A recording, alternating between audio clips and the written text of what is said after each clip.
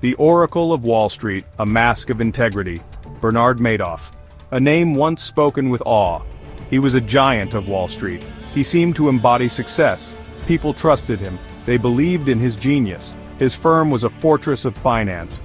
Few questioned his methods. His reputation was golden. He was seen as an innovator, a true market master. He rose from humble beginnings. He built his firm from scratch. Bernard L. Madoff Investment Securities. It became a powerhouse. He even chaired the NASDAQ stock market. This gave him immense credibility. An aura of legitimacy surrounded him. He moved in elite circles. His touch, they said, turned everything to gold. He was a quiet man. He was intensely private. This only added to his mystique. His investment advisory business was separate. It was highly secretive. It catered to a select clientele, the wealthy, the connected. Even charities entrusted their funds to him. The scheme was simple at its core, deceptively so. It was a classic Ponzi scheme. Money from new investors paid off earlier ones. This created the illusion of profits. Real profits never existed. Madoff just moved money around, from one trusting hand to another. He claimed it was a complex strategy. He called it split-strike conversion. It sounded sophisticated. It was all fake. The trades were never made. The statements were fabricated. He promised returns of 10 to 12% a year, like clockwork, in good markets, in bad markets. This consistency was his fatal allure. No one else could match it because it was not real. He preyed on the desire for security, for certainty in an uncertain world. This promise was his bait. He attracted a vast network of victims, wealthy individuals, sophisticated financial institutions, pension funds, university endowments. For decades, the fraud continued, undetected, unchallenged. Madoff became a legend, his name synonymous with financial acumen. The trust people placed in him deepened. It became absolute. He managed billions of dollars. His clients felt secure, privileged. They believed they were with the best. They believed their money was safe, growing steadily, effortlessly. The exclusivity of his fund was key. It was not easy to invest with Bernie. You needed an invitation, an introduction. This made people want it more. It created a sense of belonging, a cult-like devotion. If you were in, you were special. You were part of an elite group. This mystique protected him. It deflected scrutiny. It silenced doubts. Madoff himself played the part perfectly. He was calm, reassuring, always in control. He rarely met with clients directly. Then came 2008.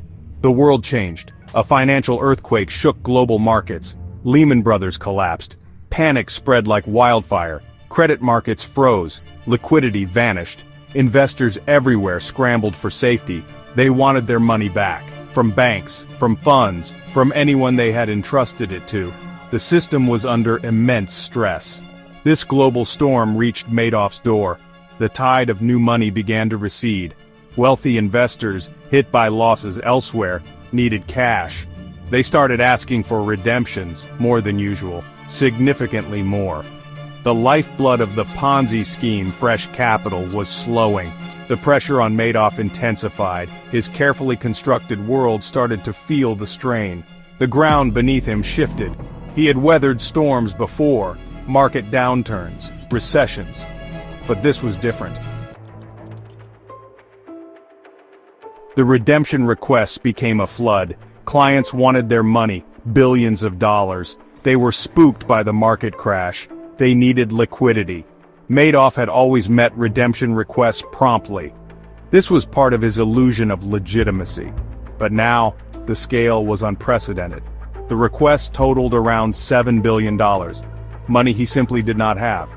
A Ponzi scheme relies on a constant flow of new money to pay existing investors. When new money dries up, it collapses. And when existing investors all want their money back at once, it implodes. Madoff's scheme was no different. It was vast, but it was still a house of cards. The 2008 crisis was the gust of wind it could not withstand. The unraveling accelerated. He scrambled to find cash. He tried to tap new sources. He urged his feeder funds to bring in more money. But the financial world was frozen. Credit was tight. Everyone was hoarding cash. The well was dry. There was no new money to be found. Not enough to satisfy the demands. Not nearly enough.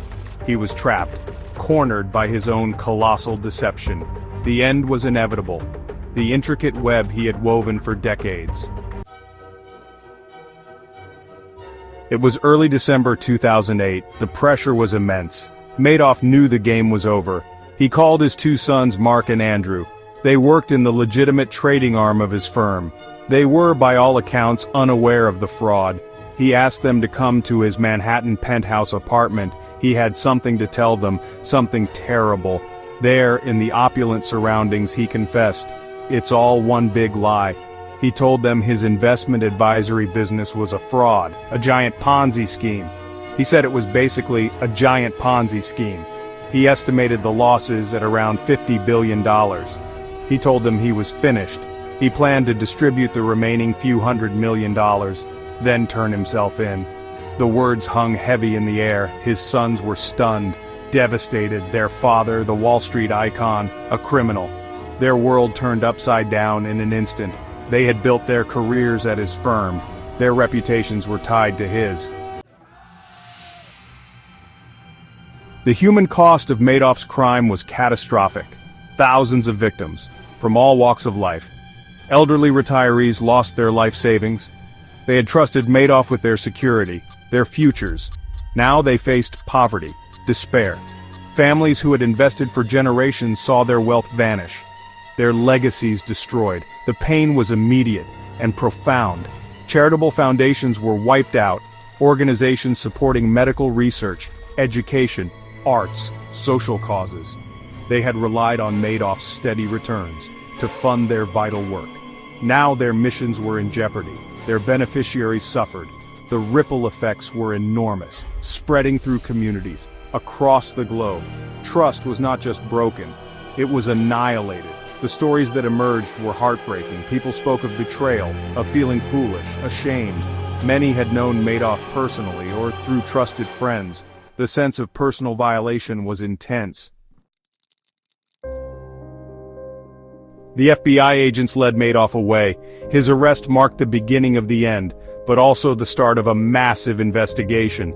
Federal prosecutors and regulators descended. They began to untangle the complex web of his fraud. The task was monumental, sifting through decades of fabricated records, tracing billions of dollars. The true scale of the crime slowly emerged. It was staggering. The losses were estimated at $64.8 billion. The largest Ponzi scheme in history, perpetrated by one man. With the help of a few loyal associates, the investigation revealed the inner workings of the fraud, the fake trading statements, the Potemkin village of his investment arm. For years, he had fooled everyone. Regulators, auditors, sophisticated investors. The audacity was breathtaking. Madoff did not go to trial. He pleaded guilty, in March 2009, to 11 federal felony counts, including securities fraud, wire fraud, and money laundering. He read a statement in court. He said he was deeply sorry and ashamed. The Madoff scandal sent shockwaves through the financial world. It exposed deep flaws in regulatory oversight. How could such a massive fraud go undetected for so long? Questions were asked, reforms were demanded. The Securities and Exchange Commission faced harsh criticism. For missing numerous red flags, new rules were implemented to try and prevent such a catastrophe from happening again. Investor confidence was shattered. The Madoff affair bred a deep cynicism. If a figure so respected could be a fraud, who could be trusted? Rebuilding that trust would be a long, arduous process. People became more skeptical, more cautious. The illusion of Wall Street's infallibility was broken.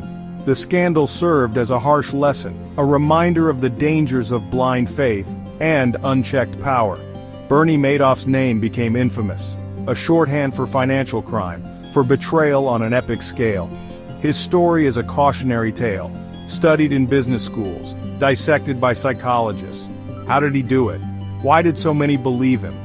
The answers are complex, rooted in human nature: greed, the desire for easy gains, the power of charisma, and the collective willingness to look away, his final legacy is one of ruin.